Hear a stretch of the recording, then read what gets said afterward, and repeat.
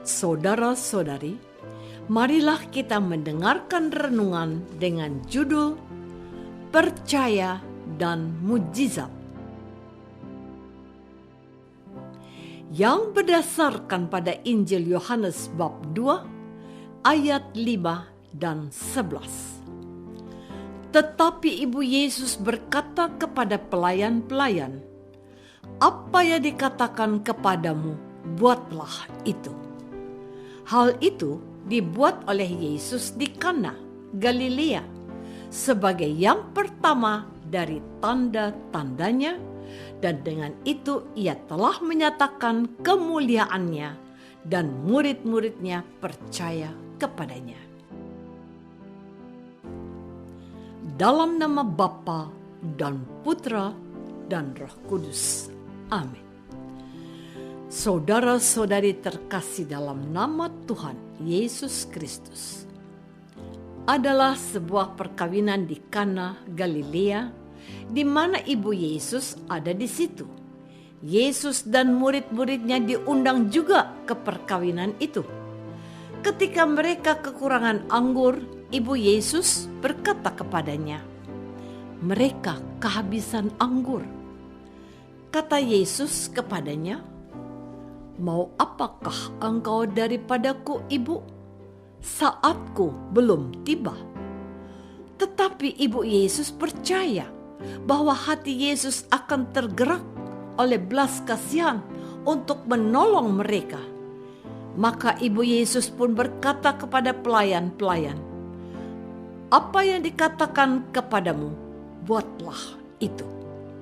Di situ ada 6 tempayan yang disediakan untuk pembasuhan menurut adat orang Yahudi. Masing-masing isinya 2-3 buyung. Yesus berkata kepada pelayan-pelayan itu, "Isilah tempayan-tempayan itu dengan air." Dan mereka pun mengisinya sampai penuh. Lalu kata Yesus kepada mereka, "Sekarang cedoklah dan bawalah kepada pemimpin pesta." Lalu mereka pun membawanya. Ternyata apa yang dipercayai oleh Ibu Yesus itu menjadi kenyataan. Hati Yesus benar tergerak oleh belas kasihan. Saudara-saudari terkasih, setelah pemimpin pesta itu mengecap air dari buyung untuk pembasuhan itu, yang nyatanya telah menjadi anggur saat dicecap, sang pemimpin pesta pun langsung memanggil mempelai laki-laki dan berkata kepadanya, "Setiap orang menghidangkan anggur yang baik dahulu, dan sesudah orang puas minum, barulah yang kurang baik. Akan tetapi engkau menyimpan anggur yang baik sampai sekarang." Sungguh sebuah mujizat di mana Yesus mengubah air pembasuhan menjadi anggur yang baik. Hal itu dibuat oleh Yesus di Kana, Galilea, sebagai yang pertama dari tanda-tandanya, dan dengan itu ia telah menyatakan kemuliaannya, dan murid-muridnya percaya kepadanya. Rasa percaya seorang ibu akan kebaikan hati anaknya ternyata sungguh menggerakkan hati anak untuk berbuat kebaikan, yang membuat orang-orang di sekitar juga menaruh rasa percaya kepada anak.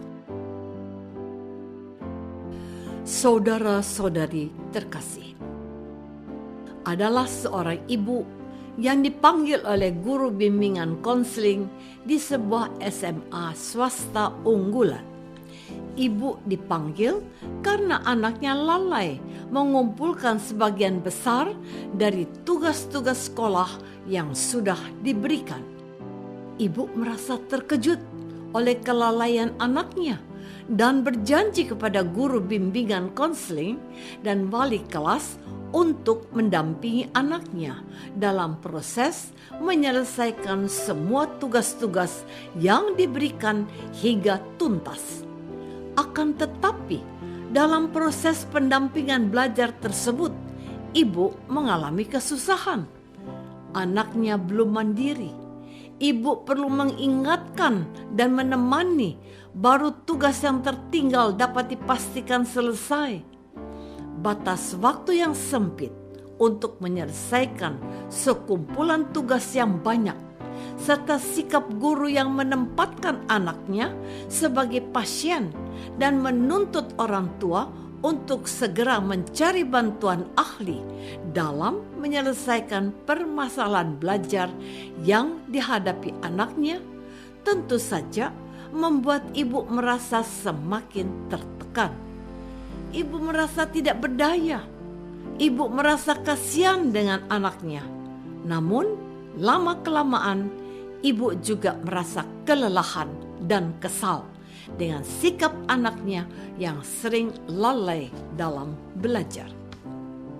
Saudara-saudari terkasih, ibu itu sadar bahwa ia tidak dapat bertekun mendampingi anaknya untuk mengembangkan tanggung jawab bila mana ia sendiri bersikap sebagai korban. Lambat laun, ia pasti akan menyalahkan anaknya sebagai penyebab dari kesusahan hatinya. Maka, ibu pun memilih untuk mengambil jarak sejenak dari anaknya. Ia menarik nafas panjang dan menghembuskannya pelan-pelan. Nafas panjang teratur membantu ibu melepaskan ketegangannya.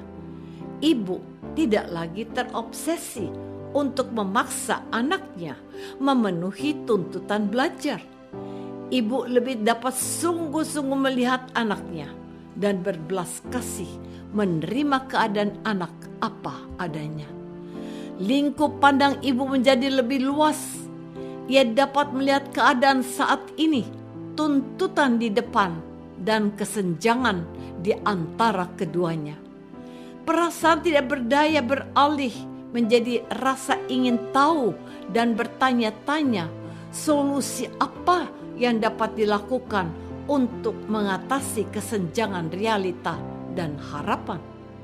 Ia melihat anaknya mau berubah, namun tidak tahan menekuni proses perubahan yang perlu dijalani.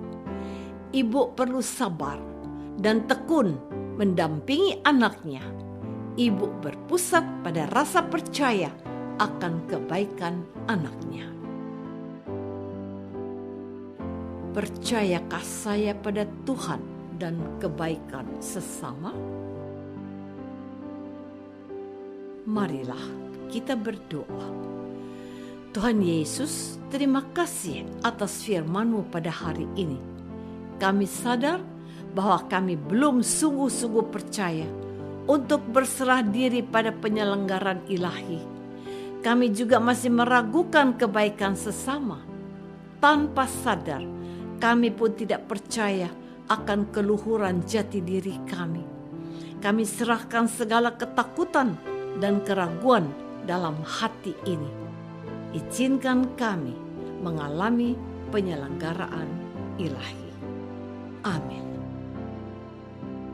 Semoga kita semua selalu dinaungi dan dibimbing oleh berkat Allah yang Maha Kuasa, Bapa dan Putra dan Roh Kudus.